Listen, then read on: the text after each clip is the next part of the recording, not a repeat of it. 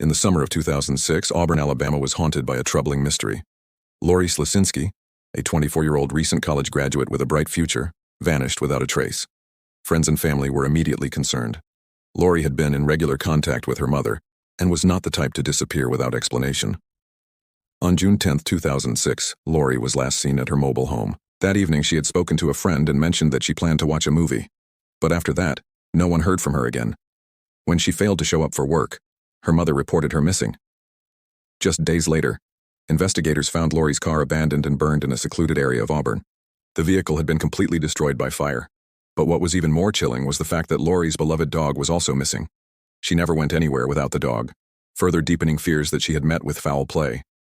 A thorough search of her home revealed no signs of forced entry, but certain items were missing, including her cell phone and some personal belongings. Investigators focused their attention on people close to Lori. One name stood out: Rick Ennis. Ennis, a childhood friend of Lori's, had recently reconnected with her. He had a troubled past.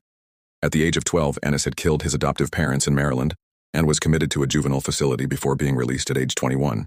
Despite his disturbing history, he had managed to stay under the radar for years. Lori had reportedly told her friends that Ennis made her uncomfortable. In the days leading up to her disappearance, Lori had mentioned that he had become possessive and was trying to push their relationship into something romantic despite her objections. Police interviewed Ennis shortly after Lori's disappearance. He denied any involvement, stating he had last seen her on the evening she vanished and had gone home afterward. He was cooperative, but authorities remained suspicious. With no body and no physical evidence linking Ennis to the crime, the case went cold. For more than a decade, Lori's disappearance remained a painful mystery for her family. They continued to advocate for answers, never giving up hope that justice would come. Then, in 2018, a grand jury indicted Rick Ennis for the murder of Lori Slesinski. Investigators had quietly built a case against him over the years. While Lori's body had never been found, circumstantial evidence was mounting. Witnesses recalled Ennis acting erratically around the time Lori disappeared. One even remembered him making disturbing comments, suggesting he could kill without remorse. Cell phone data, discrepancies in Ennis's timeline, and his long-known history of violence gave the prosecution confidence to move forward. During the trial in 2022, prosecutors argued that Ennis murdered Lori after she rejected his romantic advances.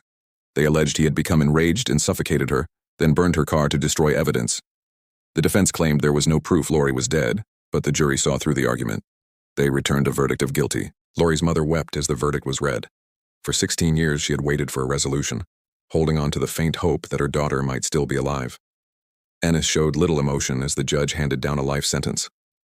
Though Lori's body has never been recovered, her story stands as a chilling tale of how evil can hide in plain sight. She had sensed danger and tried to keep her distance, but her killer was already too close.